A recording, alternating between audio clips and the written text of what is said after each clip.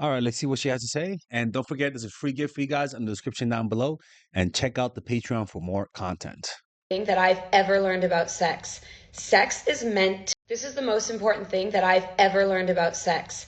Sex is meant to be fun. Sex is about exploration. I think within porn and things like that, we learn that sex is this performance and that it's really meant to be serious and that you're there to like impress this person and make them think that you are sexy and that you are good at sex. But there is no good at sex. Like, sex looks different for everybody. And if you are someone, when you feel like the moment you start having sex with your partner or the moment it turns into that, you start to kind of play into a character. And it's like, you feel like you can't break character, or you can't laugh, or you can't say the things that you want, like, oh, can we turn these lights off, or can we turn this way, or can we close the door, or can we do this thing? If you are scared to like interrupt the moment, then you need to think about this. Ask yourself if you notice yourself mimicking things that you have seen in porn because you feel like that's what you're meant to do.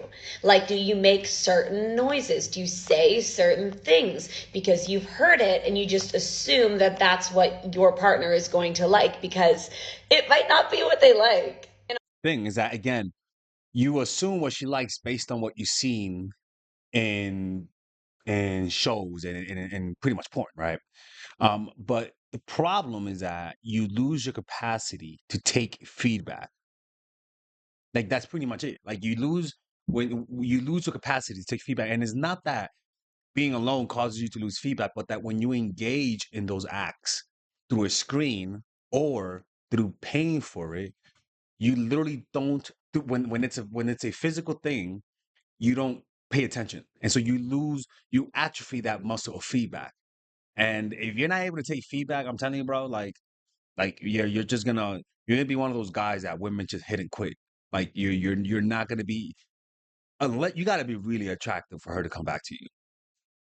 On the contrary, if it's not porn that you feel like the influence comes from, but growing up maybe super conservative and really seeing sex as, if anything, a bad thing or something that shouldn't happen out of marriage or whatever it is, then you might more so feel like it's something that is so valuable that it needs to be taken seriously because it's like, Well, I disagree with her, because if you were raised like that, you actually will have more satisfying fun time.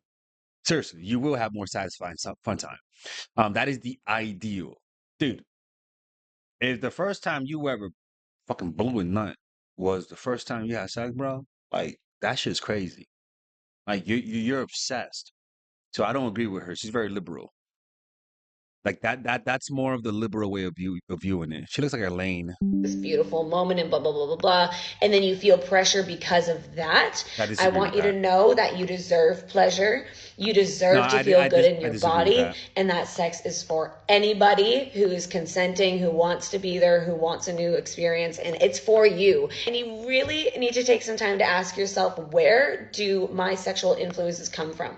Where did I learn about sex, and how does that make me feel about sex now? Because until you start to look back to where you learned all these messages, it's not likely that you're going to break them down and you're going to live your whole life just assuming, oh, this is what sex is. But it isn't necessarily what your parents think it is. It isn't necessarily what you learned even in school about it. Sometimes our sex education is not very good. Most of us know that our sex education is not very good. And that's why we do this. This is why we talk about it. And this is why we make sure that we're having these conversations. If you The truth is that what predicts the best doing God's work is really your attachment style. I'm not kidding with you. It's, go look at the studies.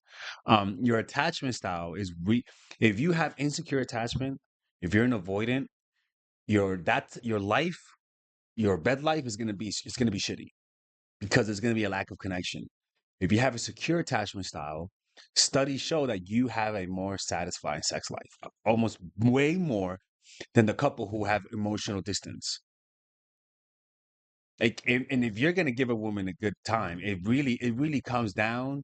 And I know a lot of guys watch this video, they're like, "Oh, I want to be a pimp." Well, guess what? Like, if you want to do that, well, it's not the same as satisfying a woman. Women love a woman being obsessed with you doesn't necessarily mean that the sex life is good for her, because it could mean that she's submissive to you. That's a fact.